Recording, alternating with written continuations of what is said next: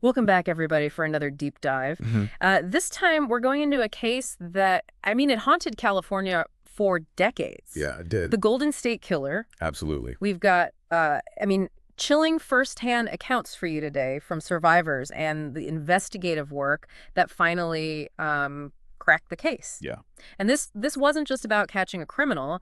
It pushed the boundaries of, forensic science and raised a lot of ethical questions that we're still talking about today. Yeah, and what's really striking about this case, I think, is just the sheer scope of it. Right. We're talking 13 murders, Yeah. over 50 rapes, 120 burglaries, Oh my God. all linked to one man, Yeah. Joseph James DeAngelo. And he was a former police officer. And he was a former police officer. Yeah.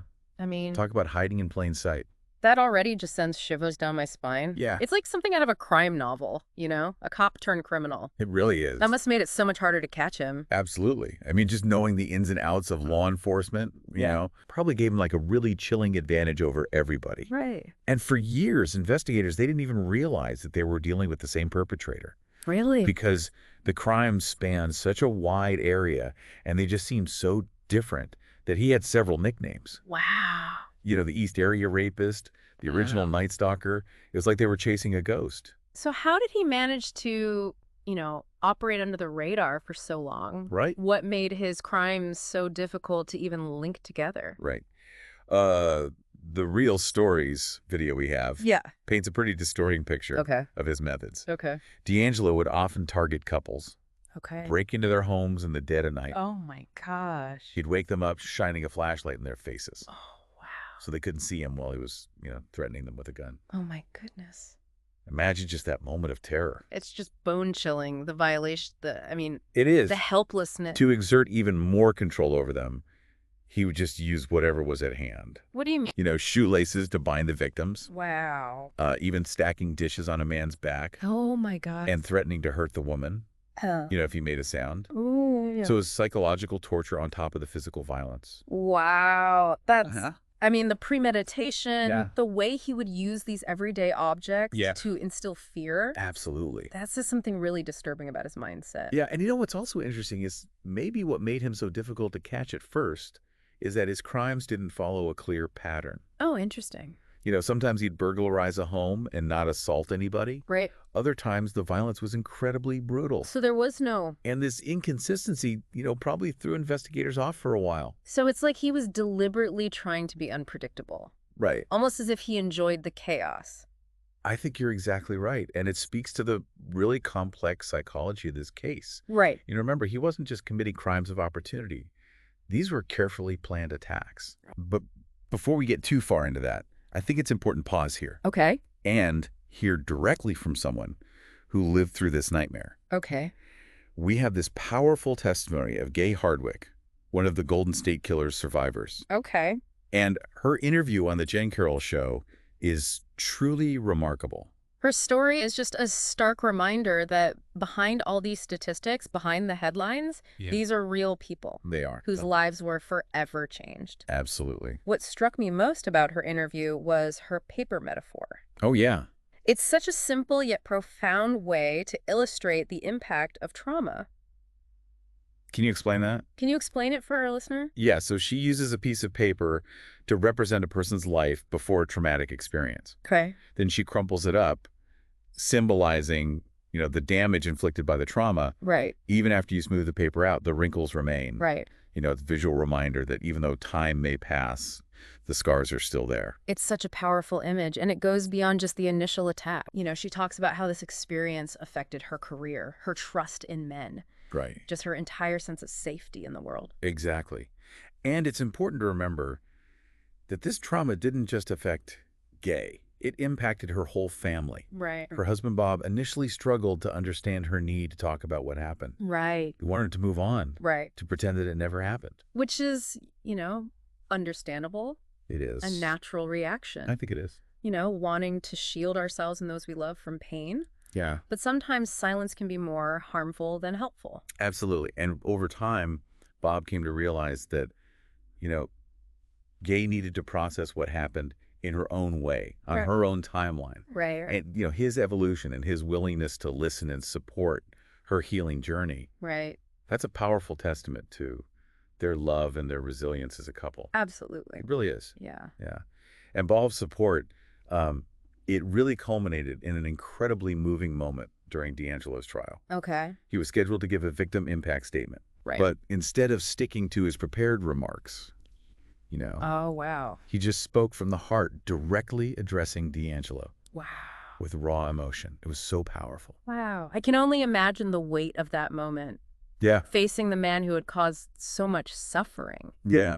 But even with DeAngelo behind bars, the story doesn't end there. Right. We still have to grapple with the how of his captured DNA genealogy. Exactly. It's a technique that cracked open this case. It did. But also unlocked a whole new set of ethical dilemmas. Right, because this wasn't just about comparing DeAngelo's DNA to a suspect database. Right. This was about using public genealogy websites. Right. The kind that millions of people use to trace their family trees. Right. And turning that into an investigative tool. So how does that even work? Right. Can you walk us through the process? It's actually quite ingenious, although ethically complex, as we'll discuss. Okay. Investigators take the unknown DNA sample. Okay. In this case, from the crime scenes linked to the Golden State Killer. Right. And upload it to one of these genealogy websites. Okay.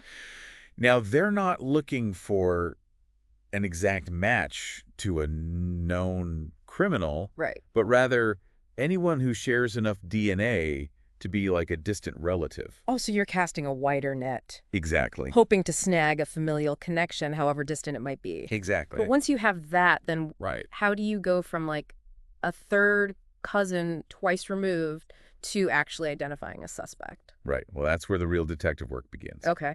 Investigators start building out these extensive family trees, Wow. using public records, birth and death certificates, census data, even old newspaper articles. So they're piecing together generations of family history You are? to try and narrow it down. Exactly. It sounds like finding a needle in a haystack and then building a new haystack around it to make sure you didn't miss any needles. That's a pretty accurate analogy. Yeah. And remember, this was a completely new approach back then. Right. There were no established protocols, no legal precedents. So the investigators were really taking a gamble here. Paul Holes, the investigator who spearheaded this effort, really was. Wow, talk about pressure. And it almost didn't work out. Really? He's nearing retirement. The case was still cold Wow. when he just had this aha moment. What happened? He sent DeAngelo's DNA to a genealogy lab, Okay. specializing in this type of analysis. Okay. It was a long shot, but it paid off. So they got to hit a familial match. They did. But that still doesn't give you a name, right? Right. What they got back was a list of potential relatives, Okay. along with a probability score indicating how closely they might be related to the Golden State Killer. Okay. And from there, it was a painstaking process of elimination, building those family trees, cross-referencing information, Wow. until they zeroed in on Joseph James DeAngelo. So even with this groundbreaking technology, Yeah. it still took good old-fashioned detective work to crack the case. It absolutely did. Wow. And even then, they needed more than just a family tree to make an arrest. Mhm. They had to be absolutely certain. Of course. So they placed DeAngelo under surveillance, Oh, wow. carefully watching his every move. Okay. And then came the moment of truth while he was out shopping. Okay. They managed to swab a discarded tissue from his trash. Wow. A discarded tissue that held the key to finally solving this mystery. It's amazing how something so insignificant, a discarded tissue, can hold the weight of so much history and so much pain It really is. and ultimately justice. It is a testament to the persistence of these investigators Right. and just the power of forensic science. Yeah. But here's the thing, and this is where the ethical questions start swirling. Okay.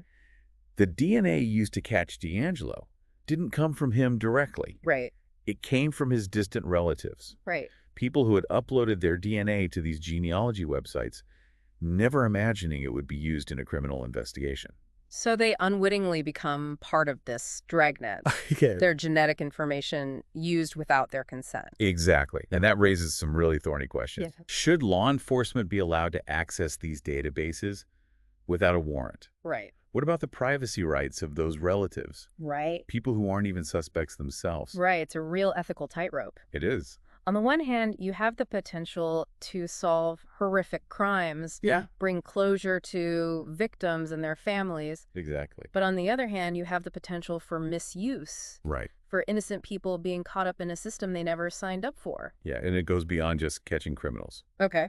The Real Stories video highlighted the case of Chanel Lewis, Okay.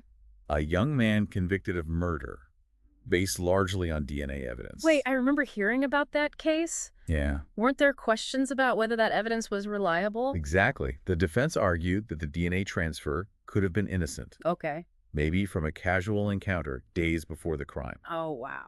This is what's known as secondary transfer, Okay. where DNA is deposited indirectly, not through direct contact with a person or an object. So just because your DNA is found somewhere Right. doesn't automatically mean you were physically present at a crime scene. Exactly. DNA can persist in the environment on surfaces, even in dust, for surprising lengths of time. Oh, wow. And that persistence can complicate things, especially when you're dealing with, trace amounts of DNA. That's a bit unsettling. It is. It makes you wonder how many other cases might be out there where DNA evidence was misinterpreted Right. and maybe innocent people were wrongly convicted because the science wasn't fully understood. It's a chilling thought, It is. and it underscores the importance of not relying solely on DNA evidence. Right. It's a powerful tool, but it needs to be used carefully, ethically, and always in conjunction with other forms of evidence. It's a reminder that science, even forensic science, isn't infallible. Right. It's subject to human error, to Yeah, bias, absolutely. and to the limitations of our current understanding. Yes. It feels like we're just scratching the surface here. Yeah. A much bigger conversation. This case, the Golden State Killer, it's not just a historical footnote. Right. It's forcing us to confront some really uncomfortable truths Yeah. about technology and privacy and, the potential for both good and harm. Absolutely. And it's happening in a world where DNA technology is advancing at an incredible pace. Right. What seemed like science fiction just a few years ago is now reality. Right. We have companies offering at-home DNA testing kits, personalized genetic profiles. Right. Even the possibility of using DNA to predict future health risks. It's mind-blowing and a little bit scary all at the same time. It is. On the one hand, who wouldn't want to unlock those secrets hidden in their DNA? Sure. But on the other hand, where does that information go? Exactly. Who has access to it? Yeah. And how might it be used not just by law enforcement, but by, employers, insurance companies, even governments? That's the crux of the issue, isn't it? Right. We're entering this uncharted territory where the lines between personal privacy and public safety are becoming increasingly blurred. And the Real Stories video touched on a particularly unsettling development, these newborn DNA collection programs. Right. The idea is to screen babies for genetic disorders, which sounds like a good thing. Of course. But then you find out that some states are storing those DNA samples indefinitely, creating these massive genetic databases. Right. And it raises a lot of questions. It does. What happens to that data down the line? Right. Could it be used to discriminate against people based on their genetic predisposition? Right. Or for surveillance to track individuals, Exactly. entire populations. It's like something out of a dystopian novel. It is. Where your genes determine your destiny. Right. And your privacy is sacrificed in the name of security. And it's not just a hypothetical scenario. It's not. We're already seeing hints of this Yeah. in the way some companies are using genetic data. Right. There was a recent case where a life insurance company denied coverage to someone based on a genetic marker that indicated a higher risk of developing a certain disease. Wow. So where does this all leave us? Are we headed down the slippery slope toward a genetic surveillance state? Right. Or can we find a way to harness this power of DNA technology while still protecting individual rights and freedoms? Those are the questions we need to be asking ourselves right now, because the answers will shape the future, not just for us, but for generations to come. It's easy to get caught up in the excitement of new discoveries. It is. But it's just as important to consider the potential consequences. Absolutely. We need to have a serious conversation about the ethical implications of DNA technology, about where we draw the line. Where do we draw that line? Between innovation and intrusion. And that conversation needs to involve everyone, not just scientists and policymakers, but everyday citizens. Right, because we're all stakeholders in this genetic revolution. So where do we go from here? Right. What can we do to ensure that DNA technology is used responsibly and ethically? We need to be informed, first and foremost. Okay. Understand how this technology works, its potential benefits, and its potential risks. Right. We need to engage in open and honest discussions about the ethical dilemmas that it presents. Right. And we need to advocate for strong legal frameworks that protect our genetic privacy while still allowing for legitimate uses of this powerful tool. It's a tall order. It is. But it's a challenge I think we have to face head on. We do, because the stakes are too high. The stakes are too high. They are. Well, this deep dive into the Golden State Killer case has shown us just how transformative DNA technology can be. It has. Both for solving crimes and for raising these profound ethical questions. It really is a reminder that progress always comes at a price. It does. And it's up to us to decide what we're willing to pay. Thanks for joining us on this journey. Appreciate it. We'll be sure to include links to some additional resources in the show notes. Yeah. So you can continue exploring this fascinating and complex topic. Knowledge is power. Knowledge is power. And in the age of DNA, that power has never been greater. Use it wisely. Use it wisely.